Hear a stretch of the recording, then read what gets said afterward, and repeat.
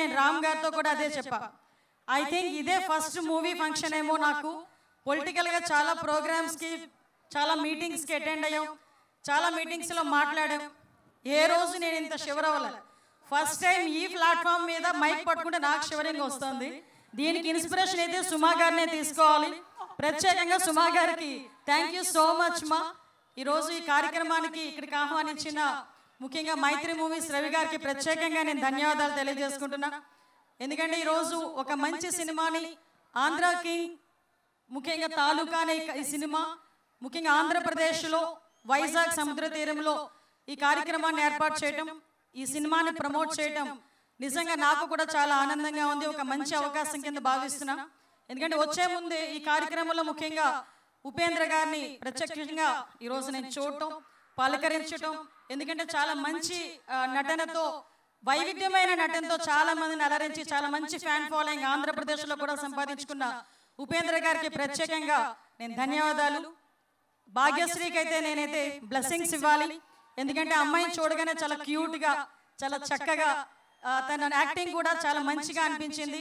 God bless you తల్లి. ముఖ్యంగా మీ అందరి ఎనర్జెటిక్ హీరో. నేను ఫస్ట్లో రామ్ సినిమాలు చూసేటప్పుడు ఈ అబ్బాయి ఏమైనా స్ప్రింగ్లు పెట్టుకున్నాడా కిందన అనుకునేదాన్ని.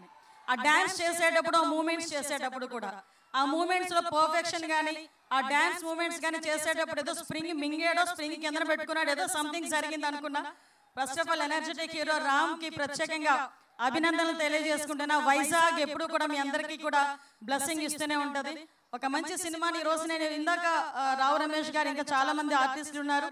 అదేవిధంగా ముఖ్యంగా ఈ కార్యక్రమానికి మహేష్ ప్రత్యేకంగా వైజాగ్ వాసి అవ్వటం ఒక గర్వకారణంగా భావిస్తున్నా. ఇందాక నేను కూర్చున్నంతసేపు నా అబ్జర్వేషన్ ఒకటి ఉంది. ఏంటంటే స్క్రీన్ ముందు హీరోస్ని చాలా మందిని చూసాం, కానీ స్క్రీన్ వెనకాతల పనిచేసిన హీరోస్కి నిజంగా ఈ వేదికగా వాళ్ళందరికీ కూడా సెల్యూట్ చెప్పాలి.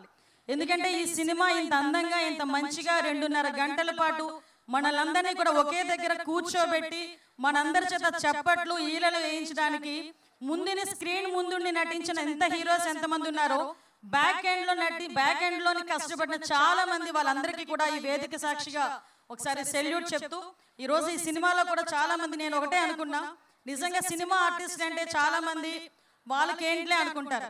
కానీ ఇందాక నేను అడిగేటప్పుడు ఎన్ని ఇయర్స్ పట్టిందమ్మా, ఇయర్స్ టుగెదర్ ఒకే సినిమా మీద ఒకే ప్రాజెక్ట్ కంప్లీట్ చేయడానికి వాళ్ళు పడ్డ బాధ, రాత్రులు ఉండదు, పగలుండదు.